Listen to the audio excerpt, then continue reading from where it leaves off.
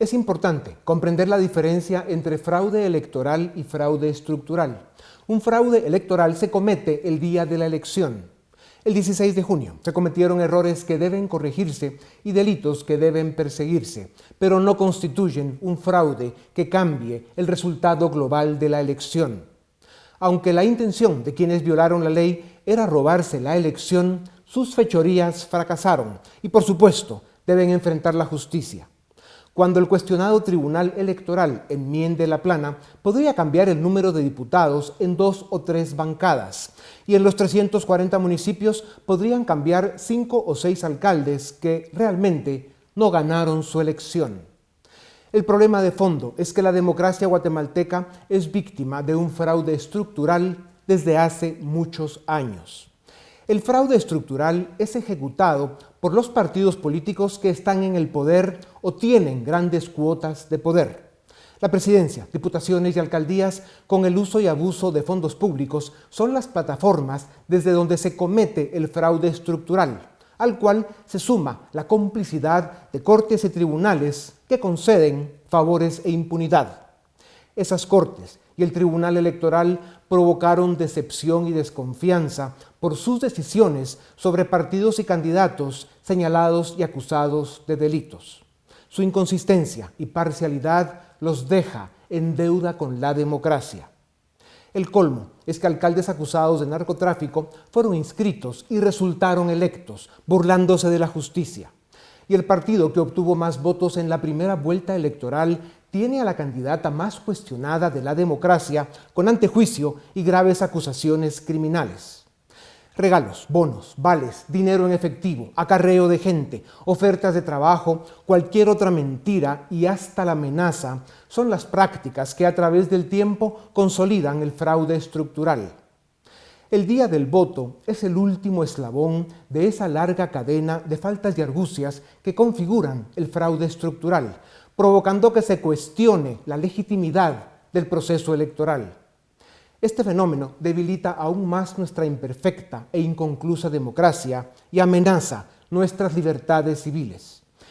Veamos algunos ejemplos. La UCN, una organización señalada de narcopartido desde hace muchos años por agencias norteamericanas, perdió a su candidato presidencial porque fue detenido en Estados Unidos, entre otras cosas, por conspiración para el narcotráfico.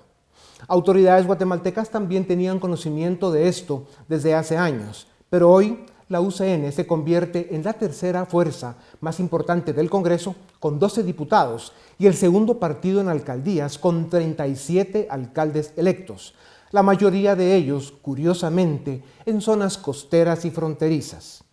FCN, el partido oficial, burdo y descarado, y a pesar de que el Ministerio Público pidió su cancelación hace más de un año, se lució en estas elecciones con el uso y abuso de fondos públicos. Ofreció y regaló hasta lo que no tiene para lograr votos, y aún así fue un rotundo fracaso.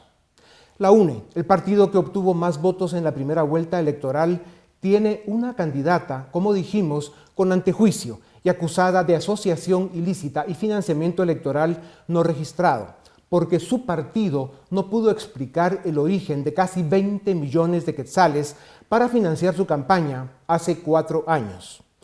A esto se suma la desconfianza que generan los audios publicados donde la candidata y su primer círculo hablan de cantidades millonarias y sugieren relaciones con el crimen organizado. Esto no es nada nuevo para Sandra Torres y la UNE. Cuando gobernaron de 2008 a 2011, usaron el presupuesto nacional para su proyecto populista y autoritario. Deterioraron las finanzas públicas y la pobreza subió de 51 a 54%.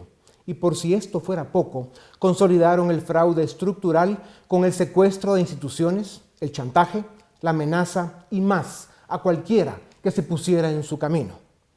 El fraude estructural paga, por eso no es casualidad que la mayoría de errores y delitos electorales benefician a Sandra Torres. Por eso, la UNE tendrá más o menos la tercera parte del Congreso y las alcaldías a nivel nacional.